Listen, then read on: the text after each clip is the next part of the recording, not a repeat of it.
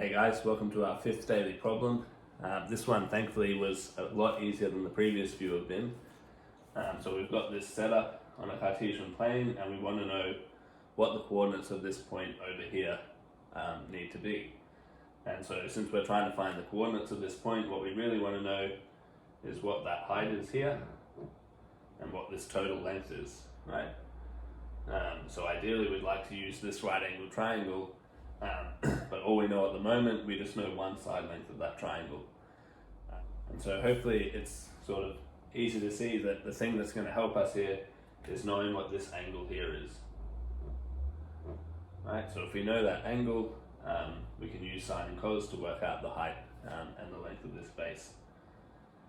Alright, so obviously we can't use this triangle to work out the angle, but if we knew what this angle here was, then we could work this out because these three angles make up a straight line, right? And luckily we can use this triangle, which we know a lot more about, to work out this angle, right? So the length here is 3 and this length here is 2. So let's call this angle here alpha. So now we can use tan to work out what alpha should be. Alright, so we're going to have tan alpha is equal to opposite on adjacent, right? So we've got opposite is 3, over the adjacent is 2, and so alpha is equal to tan inverse of this thing. Okay, and so if you put that in your calculator, we get that this is around about 56.31 degrees. Alright, so now we know alpha. Let's give this red angle a name. So we'll call it theta. Okay, so now we can get theta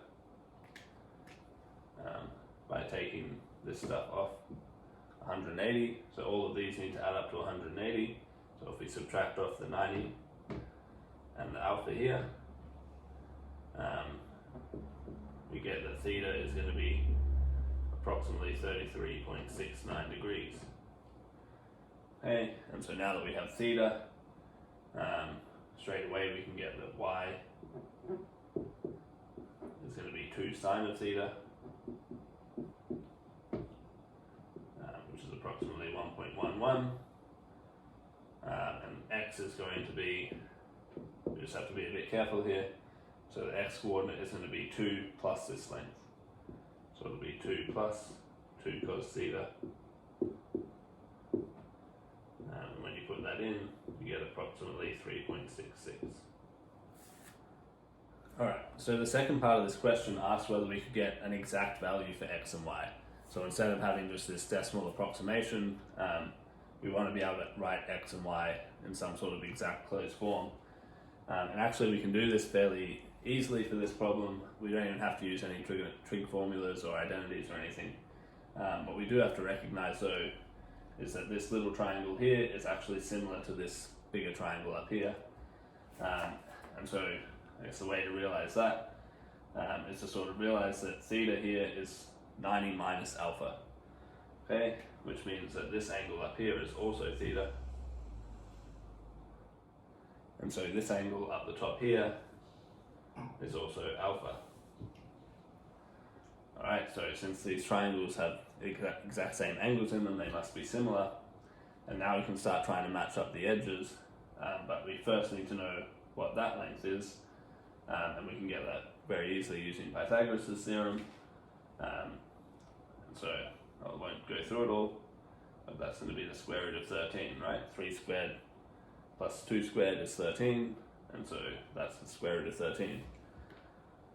Alright, and so now it's just a matter of matching up the edges. So obviously the two hypotenuses are going to match up, and then this edge here is going to match with this edge here. And so the ratios of these sides have to be the same, right? So that tells us that 2 over root 13 has to be equal to y over 2.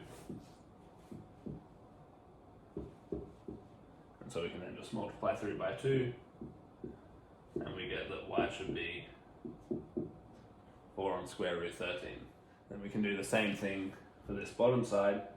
So again, the hypotenuses match, so 2 over root 13 is going to be equal to this length over 3, right? So I guess this length here is going to be x minus 2. Right, we can multiply the 3 up.